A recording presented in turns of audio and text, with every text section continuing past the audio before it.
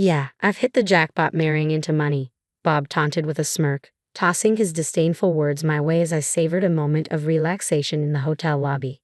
His voice grated on my nerves, soaring my mood. I wondered where he had found his new wife, the president's daughter no less, Julie of Johnson Enterprises. Bob's obnoxious laugh, tinged with middle-aged pride, struck me as juvenile.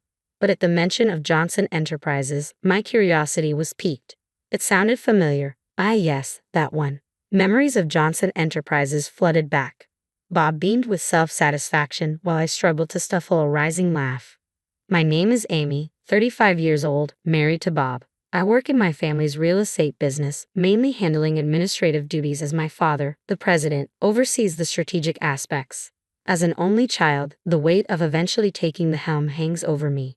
Despite senior executives in our company, I feel the pressure of one day becoming its president. Yet I've been cautious not to divulge too much about our family business to Bob, my husband 3 years my senior. I avoid bringing work matters home, especially since Bob, who only finished high school and works in a moving company, feels insecure about it. Moving is tough, demanding physical strength and skill, a job for professionals. While I don't mind his educational background, I understand his feelings. So I steer clear of mentioning my prestigious university degree or my future role as president in our daily conversations. Bob and I met through a mutual friend's introduction during college. He was in charge of moving my friend who initially interested him but was unavailable. They got along well, so she introduced him to me, and our unconventional meeting turned out to be a good match. His carefree nature complemented my meticulous personality. After several dates, we became a couple. In my late 20s and eager for a partner, our relationship quickly led to marriage within a year. Thus began my life as Bob's wife. Our married life started smoothly. Bob's parents were incredibly kind and welcoming during our visits, which made me feel fortunate compared to the mother-in-law issues my friends faced. However, Bob's demanding job often kept him out late, returning home exhausted from the physical strain. Despite his fatigue, he always prioritized our marriage. "Thanks for always waiting up for me," he'd say gratefully, even for something as simple as dinner after his long workdays. I felt blessed to have such a thoughtful husband. But a year into our marriage, our peaceful days started to waver. "Hey, why can't we have kids?" Bob asked one night in bed, his tone slightly irritated, catching me off guard. While I had also thought about starting a family, we hadn't actively tried yet, assuming it would happen in due course given our regular marital life. "I understand you're eager, but it's just bad timing. We've only been married a year, so let's not worry about it yet," I reassured Bob, though I definitely wanted children. Rushing wouldn't help, so I adopted a relaxed tone to reassure him. "It's still okay." "Huh, don't you know that for couples not using contraception, there's about an 80% chance of conceiving within a year?" Bob asserted forcefully, citing statistics. 80% within a year. Not well versed in pregnancy statistics, that figure sounded surprisingly high to me. "Really? If you're that eager, maybe we should get tested together," I suggested, thinking it sensible to identify any issues early on. But Bob's response caught me off guard. "What are you talking about? Are you implying it's my fault? Infertility issues are usually the woman's fault. There's no point in me getting tested." His tone was disdainful, a sharp departure from his usual demeanor. I was stunned by his accusation. I hadn't blamed him, only suggested testing to understand the situation better. Bob jumped to the conclusion that I was pointing fingers at him. "It's always the woman's fault," he asserted, clearly insinuating I was the problem. "Is that so?" I wanted to respond, but I was shaken, unable to find words. "Just you get tested. I'm too busy with work. Unlike you, I actually have a job," he continued, belittling my role as an administrative assistant. "Just coasting along at your dad's company, huh?" "I don't just coast at work. Sure, I handle administrative tasks now, but I'm also learning management from my father. I'm constantly proving myself to the higher-ups," I wanted to explain, but it seemed Bob didn't grasp the challenges I faced. That night, arguing seemed futile. Every attempt I made was met with sharp retorts. We slept back to back, the tension heavy between us. From then on, Bob's attitude towards me changed drastically. "I'm home." "What, dinner's not ready yet? What time do you think it is? Can't have kids, can't even manage the house. What a useless wife." One evening, after discussing the future with my father, I returned to Bob's berating over dinner not being prepared. "I'm sorry. I just got home 10 minutes ago. I'll start cooking now." "Just wait a bit, please," I hurriedly explained, but Bob muttered, typical of a boss's daughter from a small company. He didn't realize my father's real estate business was sizable, employing hundreds. Arguing was pointless. I began cooking while he poured himself a drink which seemed to calm him down. Relying on alcohol to maintain our relationship felt like a sad state of affairs. Enduring his berating was becoming unbearable, but if alcohol could bring even a hint of peace, I figured it was worth it. The next morning, Bob's sour mood lingered. "Make sure dinner's ready when I get home," he snapped before leaving. I sighed, thinking about my plans for the day. I had taken the day off to visit the gynecologist for fertility testing, as Bob had suggested. While I had initially proposed the idea, facing the prospect of undergoing testing alone while Bob refused was hard to accept. Complaining wouldn't change anything. If the issue was with me, starting infertility treatment promptly was crucial. Bob wanted children, and I too longed for a child soon. Knowing fertility rates decline with age, I understood the urgency. The clinic was busier than expected, and I was called in an hour after arriving. After a physical examination and blood tests, I was told to return for the results. While the thought of being the issue was daunting, I was prepared to take the necessary steps, whatever the outcome. "Bob, I had the fertility test today," I told him when he returned from work. "Figures. If the problem's with you, testing makes sense. Let me know the results," he replied curtly. His belief that I was solely responsible for our infertility frustrated me. The testing process was taxing, and I longed for some empathy from him. 5 years passed, and I turned 35. Despite our efforts, we remained childless, and Bob seemed resigned to the idea of not having children with me. His late nights increased, sometimes not coming home at all. When questioned, he claimed he was out drinking, singing karaoke with colleagues till morning, a behavior more fitting for a college student. My workload grew, and the dream of starting a family drifted further away. But Bob's recent actions pushed me to the brink. His disregard for our home life was unmistakable. One day, when Bob left his smartphone behind, I noticed an incoming call from someone named Julie. Assuming it was work-related, I answered to inform them about Bob forgetting his phone. "Hey Bob, you're late? I've been waiting for 30 minutes. Where are you? If you don't hurry, we'll miss the park opening." A flirty voice on Bob's phone made me freeze. "Hello, can you hear me? Hurry up, okay? We haven't had a date in so long." The word date echoed in my mind, sending a chill down my spine. Without hesitation, I ended the call, my heart racing uncontrollably. Who was this woman? She couldn't be a colleague if they were planning dates. Was Bob cheating on me? Gripping his phone tightly, I felt a surge of anger and betrayal. While I struggled with infertility, Bob was carrying on an affair. His recent distance and late nights suddenly made sense. He didn't need me anymore. Furious and determined to confront him with undeniable proof, I began gathering evidence of his infidelity. It didn't take long. Using his birthday to unlock his phone, I found Julie's name plastered throughout the call history. Opening their messages revealed a string of sickeningly affectionate exchanges that made me sick to my stomach. I photographed everything with my own phone before carefully placing Bob's phone back where I found it. For the rest of the day, I pretended as if nothing had happened. Inside, I was seething with rage and hurt, but I needed to be calm and collected for what lay ahead. After a month of tension in our marriage, my father, the company president, summoned me to his office with a grave expression. "I have something important to discuss with you," he began, leaving me shocked by his words. "Is that true?" I asked, needing confirmation. "Yes, so I'm counting on you," he replied, his words disturbing me deeply. I returned to my office in a daze, unable to focus on work.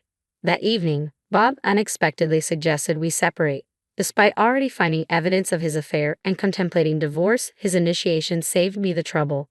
"Yes, let's get divorced," I responded calmly. "Really?" Bob seemed surprised by my swift agreement, perhaps expecting more resistance. His expression betrayed a certain joy, irritating me deeply. Despite my irritation, I signed the divorce papers he presented. "I can file these tomorrow." "I'll be leaving this house," I informed him. "Okay, are you sure about the mortgage?" he asked. Anticipating this question, I casually replied, "Yes, I'm fine." Although Bob's job was demanding, I doubted his ability to manage the mortgage alone. Yet since he initiated the divorce and had been unfaithful, I felt no obligation to assist him. I packed my belongings and moved back to my parents' house nearby 3 days later. Initially concerned upon hearing about my divorce, my parents grew furious upon learning of Bob's infidelity.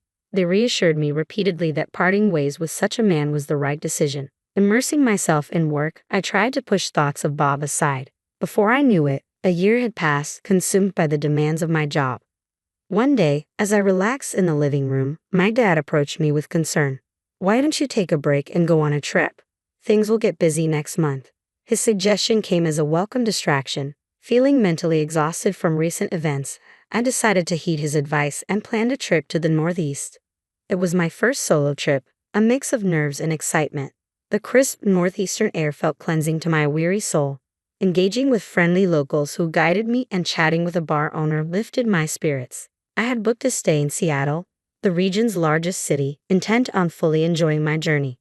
After checking into my hotel and settling in the lobby with a drink, the fatigue of travel melted away. Feeling completely at ease, I playfully entertained the thought of relocating to Seattle when a familiar voice cut through the tranquility. Hey, what are you doing here? Startled, I turned to see my ex-husband Bob, entering with 2 large suitcases and a young woman. She exuded youthfulness with flawless skin, bold makeup, and striking red nails, despite the chilly weather. Why are you here? And who is she? I asked, my curiosity and discomfort mingling. Oh, let me introduce you. This is Julie, my new wife. We're on our honeymoon. Guess what? She's the daughter of a wealthy businessman, Bob announced with a happiness that stung. But Julie, that was the name on the phone, I murmured, disgusted by his choice of a much younger partner. You're on a solo trip?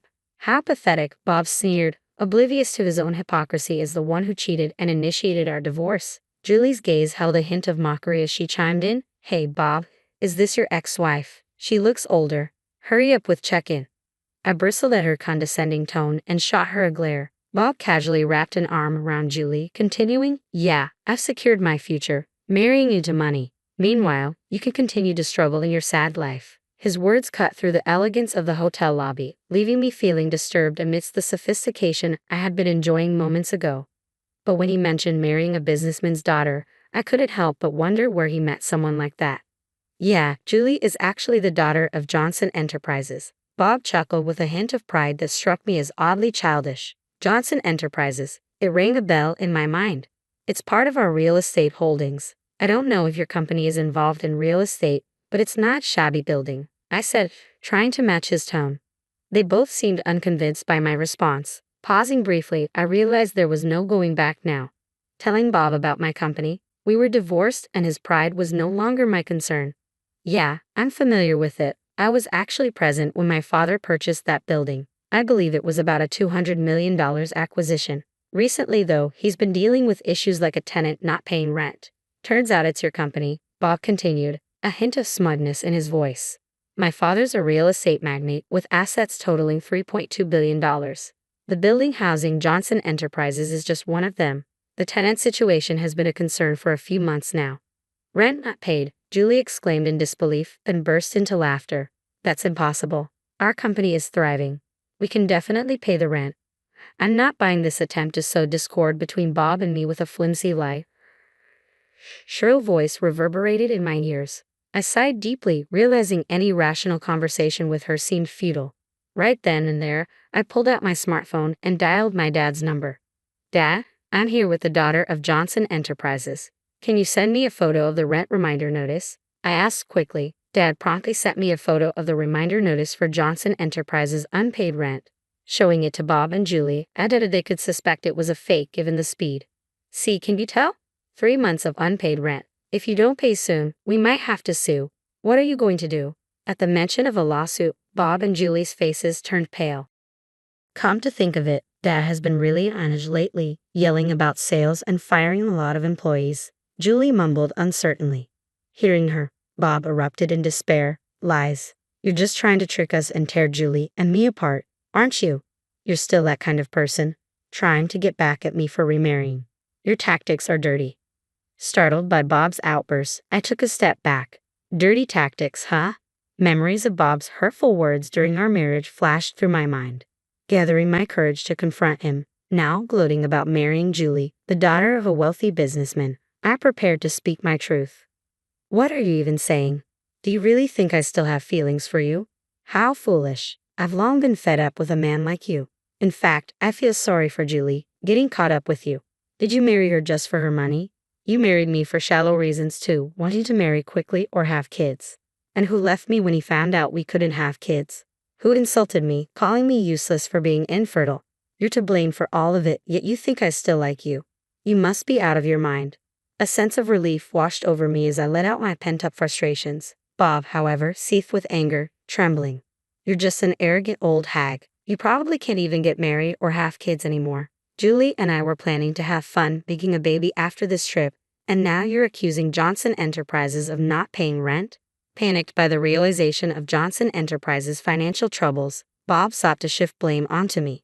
Deciding to deliver the final blow, I said firmly, "Oh, I did mention it, but I'm 4 months pregnant. I'm in a stable phase of my pregnancy, and Dad suggested I take this trip to relax. Of course, I have my doctor's permission."